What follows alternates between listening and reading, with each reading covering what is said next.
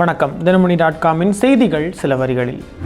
அதிமுக மூத்த தலைவரும் முன்னாள் அமைச்சருமான செங்கோட்டையன் விஜய் தலைமையிலான தமிழக வெற்றி கழகத்தில் இன்று இணைந்துள்ளார். அதிமுகவிலிருந்து நீக்கப்பட்ட முன்னாள் அமைச்சர் செங்கோட்டையன் தனது கோபிச்செட்டிப்பாளையம் சட்டப்பேரவை உறுப்பினர் பதவியை நவம்பர் 26 அன்று ராஜினாமா செய்த நிலையில் இன்று சென்னை பனையூரில் நடைபெற்ற நிகழ்வில் தாவேகா தலைவர் விஜய் முன்னிலையில் தாவேகாவில் தனது ஆதரவாளர்களுடன் இணைந்துள்ளார். கட்சியின் தலைவர் விஜய் வீடியோ ஒன்றினை வெளியிட்டு செங்கோட்டையனை வரவேற்ற நிலையில் செங்கோட்டையனுக்கு தாவேகா நிர்வாக குழுவின் தலைமை ஒருங்கிணைப்பாளர் பதவி கொடுக்கப்பட்டுள்ளதாக தகவல்கள் வெளியாகியுள்ளன.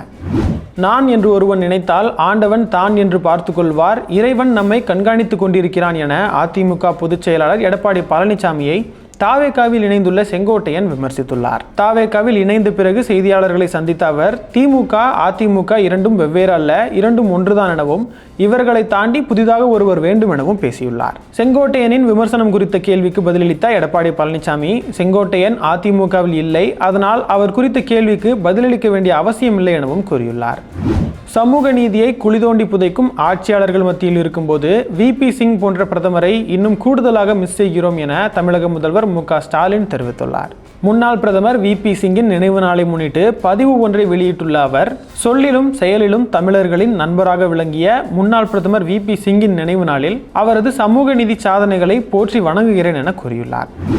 அதிமுகவின் உட்கட்சி பிரச்சனைகளால் பாஜக கூட்டணிக்கு எந்த பின்னடைவும் இல்லை என பாஜக மாநில தலைவர் நயினார் நாகேந்திரன் கூறியுள்ளார். அதிமுகவிலிருந்து தாவேகாவில் இணைந்துள்ள செங்கோட்டையன் குறித்த கேள்விக்கு பதிலளித்த அவர் 50 ஆண்டுகால அனுபவமிக்க செங்கோட்டையன் கட்சி மாறியதை பற்றி கருத்து சொல்வது சரியாக இருக்காது என கூறியுள்ளார்.